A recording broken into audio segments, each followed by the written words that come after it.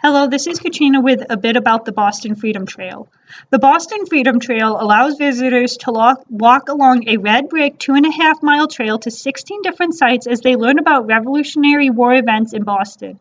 These 16 locations are Boston Common, Massachusetts State House, Park Street Church, Granary Burying Ground, King's Chapel Burying Ground, the Benjamin Franklin Statue and Boston Latin School, Old Corner Bookstore, Old South Meeting House, Old State House, site of the Boston Massacre, Faneuil Hall, Paul Revere House, Old North Church, Copp's Hill Burying Ground, the Bunker Hill Monument, and the USS Constitution, and all of those places came from the Freedom Trail website.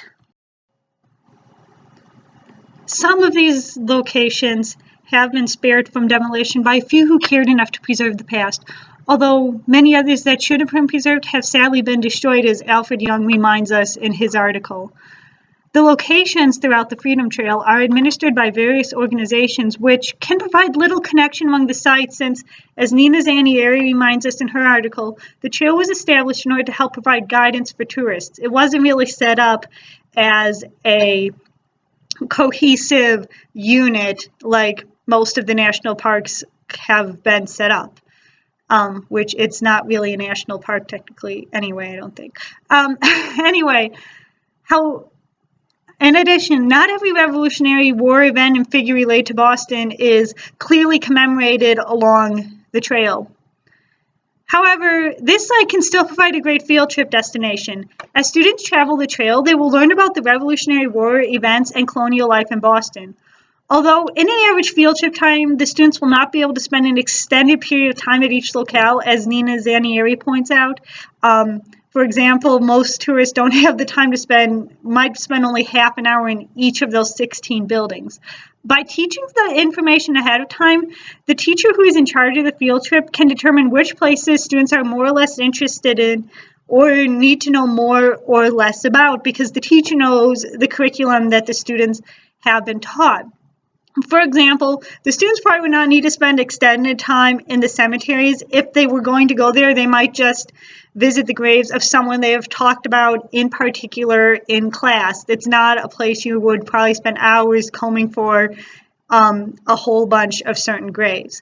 In addition, the teacher should supplement what the interpreters of the site say with information students have learned in class if it's not already covered while they're there. And especially teachers should do this if a particular aspect in the classroom, if a particular aspect of the revolution was emphasized in the curriculum, or if the students' cultural backgrounds may not necessarily go with what was being covered by the interpreter. If the teacher can somehow relate, especially for students who are minorities, if they can relate what's on the trail with the students, then that would really help out. As Alfred Young points out, the discussion of certain women and African Americans involved in the Revolutionary War should be included along the Freedom Trail, as long as it doesn't change how history truly was or resegregates history by dividing it up, such as the fact that Boston also has a women's trail and an African American trail. Alfred Young, he would also encourage visitors to think about how the common people related to the war, since when we think of war, we tend to think of the great figures and the big heroes, whereas there were plenty of common people, and that's the thing that we should really think about and focus on when we do it, is what was it like for the ordinary person throughout this?